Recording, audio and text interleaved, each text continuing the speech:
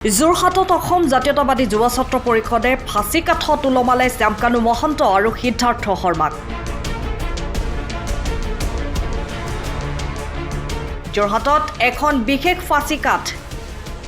এই ফাঁচী কাঠত ওলমালে জুবিন গাৰ্গৰ হত্যাৰ দুই অভিযুক্ত শ্যামকানু মহন্ত আৰু সিদ্ধাৰ্থ শৰ্মাক। জুবিন গাৰ্গৰ ন্যায় বিচাৰি যোৰহাটৰ বৰুৱা চাৰিআলিত এইদৰেই অসম জাতীয়তাবাদী যুৱ ছাত্ৰ পৰিষদ যোৰহাট জিলা সমিতিৰ প্ৰতিবাদ সাব্যস্ত।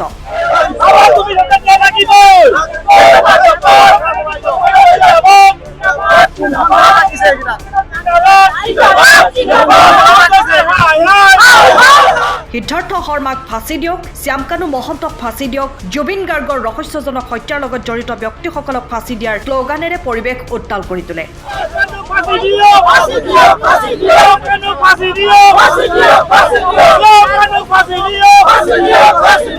লগতে SIT মুৰ্দাবাদ ধ্বনি দি প্ৰতিবাদ সাব্যস্ত কৰে। হয় চাওক, ৰাইজৰ আদালতত ইতিমধ্যে দোষী সাব্যস্ত হৈছে আৰু অসম জাতীয়তাবাদী যুৱ ছাত্ৰ পৰিষদে ইতিমধ্যে তেখেতসকলক ফাঁচী কাঠত ওলমাইছে।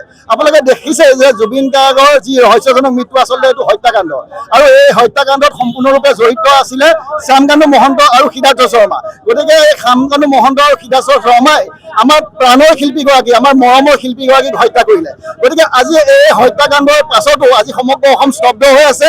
গতিকে আমি সোনকালে ন্যায় বিচাৰিছোঁ, সমগ্ৰ অসমৰ ৰাইজে সোনকালে দোষীক ব্যৱস্থা গ্ৰহণ কৰিবৰ কাৰণে দাবী জনাই আছে। গতিকে আমি অসম জাতীয়তাবাদী যুৱ ছাত্ৰ পৰিষদে যি মূল অভিযুক্ত এই দুজন শ্যামকানু মহন্ত আৰু সিদ্ধাৰ্থ শৰ্মাক আমি ইতিমধ্যে দোষী সাব্যস্ত কৰিছোঁ, আৰু ইতিমধ্যে তেখেতসকলক আমি ফাঁচী কাঠত ওলমাই প্ৰতিবাদ সাব্যস্ত কৰিছোঁ। আচলতে অসমীয়া জাতিৰ কাৰণে অত্যন্ত দুৰ্ভাগ্যজনক বিষয় যে যিগৰাকী আচলতে অসমীয়া প্ৰত্যেকটো প্ৰাণৰ লগতে সংপৃক্ত ব্যক্তি, সেই ব্যক্তিগৰাকী আমাৰ মাজৰ পৰা নাইকিয়া হৈ গ'ল। আমাৰ প্ৰত্যেকৰে পৰিয়ালৰ এগৰাকী সদস্য নাইকিয়া হৈ গ'ল। তাৰপিছত আমি আকৌ ৰাজপথত আন্দোলন কৰিবলগীয়া হৈছে, আমি চৰকাৰখনৰ পৰা আচলতে ন্যায় বিচাৰিবলগীয়া হৈছে। ইয়াতকৈ দুৰ্ভাগ্যজনক কথা একো নাই। আৰু তাতকৈ দুৰ্ভাগ্যজনক কথা যে চৰকাৰখনে এই গোটেই বিষয়বিলাক উপলব্ধি কৰাৰ পৰিৱৰ্তে তেওঁলোকে গোটেই বিষয়বিলাক লঘু কৰিবৰ কাৰণে বিভিন্ন ধৰণৰ কৰচাজিৰ আশ্ৰয় লৈছে, যি আচলতে অসমীয়া মানুহৰ আৱেগ অনুভূতিক ক্ষোভক বেছি দুগুণে জ্বলাই তুলিছে। আৰু আজি যদি অসমৰ প্ৰত্যেকগৰাকী মানুহকে সোধা যায় যে জুবিন গাৰ্গৰ এই ৰহস্যজনক মৃত্যুৰ বাবে তেওঁৰ হত্যাকাণ্ডৰ বাবে দায়ী কোন, নিশ্চিতভাৱে এটা উত্তৰ ওলাব যে শ্যামকানু মহন্ত, সিদ্ধাৰ্থ শৰ্মা। গতিকে এই দুগৰাকী ব্যক্তিক অসম চৰকাৰখনে কিন্তু যি ধৰণে তেওঁলোকৰ ওপৰত ব্যৱস্থা কৰিব লাগিছিলে সেইখিনি কৰা হোৱা নাই। তেওঁলোকৰ ওপৰত সামান্য যিটো ধৰক SIT গোচৰ, সেই গোচৰৰ বাহিৰে EDৰ কোনো ধৰণৰ গোচৰ পঞ্জীভুক্ত কৰা নাই। সেই গোচৰ CBIক প্ৰদান কৰিবৰ কাৰণে বাৰে বাৰে দাবী জনাই অহাৰ পিছতো কোনো ক্ষেত্ৰত ব্যৱস্থা গ্ৰহণ কৰা নাই, বা তেওঁলোকৰ সা সম্পত্তি বাজেয়াপ্ত কৰি তেওঁলোকক আচলতে একেবাৰে নিৰ্মূল কৰিবৰ কাৰণে যি চেষ্টা, সেই চেষ্টাও চৰকাৰৰ ঘৰত নাই। গতিকে আমি ৰাইজে কিবা কৰিব লাগিব। আৰু জুবিন গাৰ্গ নোহোৱা হোৱাৰ যিটো জুই, সেই জুইকুৰা প্ৰত্যেকগৰাকী অসমবাসীৰ মনত জ্বলি আছে। আৰু আমি অসম জাতীয়তাবাদী যুৱ ছাত্ৰ পৰিষদে আজি কেন্দ্ৰীয় সমিতিৰ আহ্বান মৰ্মে জিলাই জিলাই জনসাধাৰণৰ বুকুৰ সেই জুইকুৰাক অকণমান উপশম দিবৰ কাৰণে আমি আচলতে প্ৰতীকী ৰূপত এই দুজন যি দোষী, যি দুজন অভিযুক্ত, যিজন কালপিত, সেই কালপিত দুজনক আচলতে ৰাজহুৱাভাৱে প্ৰতীকী ফাঁচী কাঠত ওলমাই তেওঁলোকক শাস্তি প্ৰদান কৰি ৰাইজক আচলতে এটা সকাহ বা তেওঁলোকৰ অন্তৰত অকণমান শান্তি পানী ছটিয়াবৰ কাৰণে আমি চেষ্টা কৰিছোঁ। আমি আশা কৰিছোঁ যে জুবিন গাৰ্গৰ ন্যায়ৰ যি যুঁজ, এই যুঁজখোৱা ইয়াৰ পিছত দপ দপকৈ জ্বলি উঠিব।